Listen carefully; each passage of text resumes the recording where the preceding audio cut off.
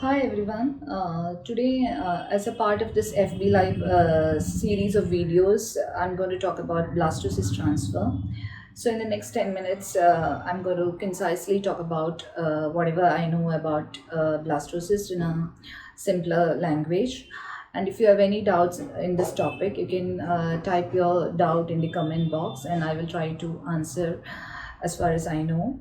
And so, to understand what is blastocyst, let me tell you what, in simple forms, is IVF. In IVF, what we do is we give injections to stimulate the egg in the female, and once the eggs are mature, we take it out through a procedure called ovum pickup, and we fertilize it with the sperm inside the lab through a technique called as ICSI or directly through IVF. And we do the normal fertilization check around 18 hours after the ICSI, and we see how many eggs are fertilized. So the fertilized egg is called as the embryo, and the embryo, the cells in the inside the embryo divide every day. So on day 2, there are around 2 to 4 cells inside the embryo, and on day 3, there are around 6 to 8 cells. And day 2, day 3 embryos are called as the cleavage stage embryos because the cells are cleaving every day. And on day 4, the embryo has around 16 cells and it is becoming more compact and it is called as a morula. And on day 5, it develops a cavity inside and the cells are pushed towards one side, and the cells are grouped into two forms, that is the inner cell mass, which later becomes a fetus or the baby, and the outer layer is called as a trophoblast, which later develops into the placenta.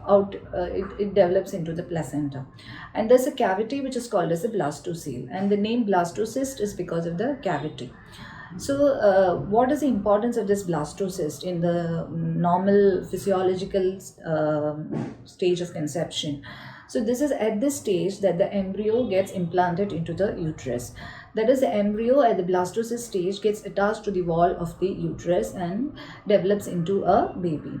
So that's why it is very important, even in IVF. So maybe 2 to 3 decades before, we used to only to do day 2 and day 3 transfers, but because of the improvement in technology as well as the conditions in the lab and the culture media, we are able to culture the embryos to more advanced days, or we are able to do the blastocyst culture. So it is definitely it is advantageous, and nowadays many parts of the world, they are mainly doing only blastocyst transfer. This increases the success rate of IVF and increases the chance of pregnancy.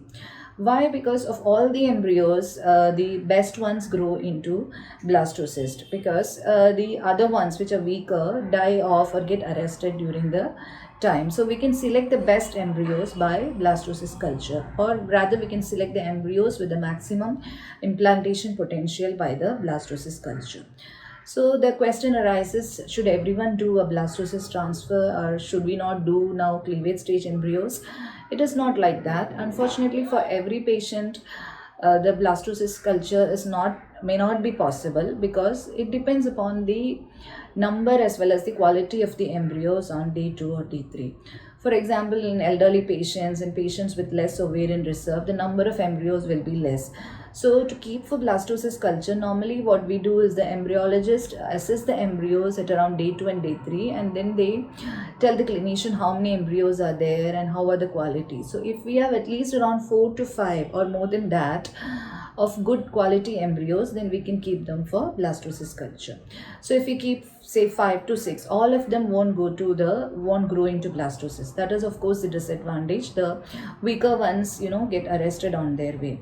So if you keep say around 5 to 6, maybe 3 or 2 or 4 grow into blastocyst. It also varies from the patient characteristic also, like the quality of egg, quality of sperm, as well as the lab conditions. And because lab culture is very very important in the blastocyst formation, so every lab may not be able to produce good quality blastocyst. So that's also important, because the culture conditions are very stringent for blastocyst. So see, if you can't do blastocyst, then what will you advise? If a patient has less than 3 embryos or maybe 3 embryos, it is better that we transfer on day 2 or day 3, because what happens if we keep them for blastocyst, sometimes we may end up with no embryos, so we may lose the the patient doesn't get the chance for a embryo transfer, so the whole cycle will go waste. They may not have an embryo to transfer. So that's a unfortunate situation. So it is important that you should assess the embryos at around day 3, and then only you decide whether the patient should go for a blastocyst or not. And definitely blastocyst has advantages. I've told you that it increases chance of pregnancy by around 10 to 15%. And another thing is that now the most important complication of IVF now we know is multiple pregnancy and its implications, like because of multiple pregnancy, the premature labor, the IUGR, small babies, and ICU stay. So many things we are concerned now. So what now the aim of any IVF specialist is to give at least a single healthy baby. So that is more important than giving multiple babies which are probably not so healthy and all. So that is why blastocyst also has an advantage, because in the blastocyst we normally don't transfer more than 2. So 2 is the maximum. So the chance of triplet and all is very, very less. So even though the pregnancy occurs, it can be twins. But if the patient doesn't want a twins, like if a patient is elderly, already have a child, they don't really need a twin, then you have all this way of transferring a single blastocyst. So the single best embryo you can select and you can transfer it. So many parts of the world, that is the norm. It is a single blastocyst transfer is the norm, so that they get a single healthy pregnancy. So that is another thing. It reduces the incidence of multiple pregnancy. And the third one is, there is, when we stimulate the ovary for eggs, there is a condition called as hyperstimulation syndrome, which can occur when there are multiple follicles developing and the estrogen level is very high. So usually when we postpone the transfer to day 5, by the time we can pick up patients who are developing the symptom of hyperstimulation syndrome, and so we can avoid transfer in such case, and we can freeze all the good embryos and do a transfer do a frozen transfer in the next month, or maybe another 1 or 2 months later. So if it is a day 3 embryo, if you're trying to transfer, maybe the patient will not develop symptoms so early, because the symptoms of OHSS will take maybe 2 to 3 days or 4 days to develop. So we may miss, and we may transfer the second or third day embryo, and they end up in a pregnancy along with the hyperstimulation, which is very, very dangerous. So that is another advantage.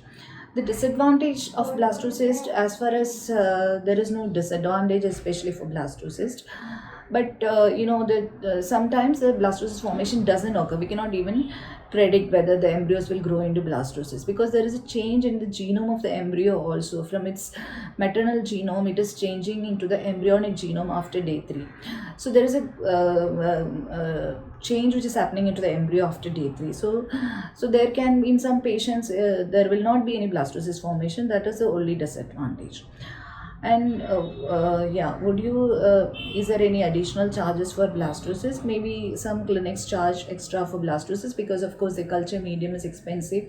We have to keep the embryos in the incubator. So maybe some little amount of extra charge people will charge for blastocyst. But even if it is they are charging you little, it gives you a very good chance of pregnancy in that particular cycle. So always it is better that you go for a blastocyst transfer. But when you compare the success of the blastocyst as well as the cumulative success of the fresh and frozen pregnancy, it is almost same.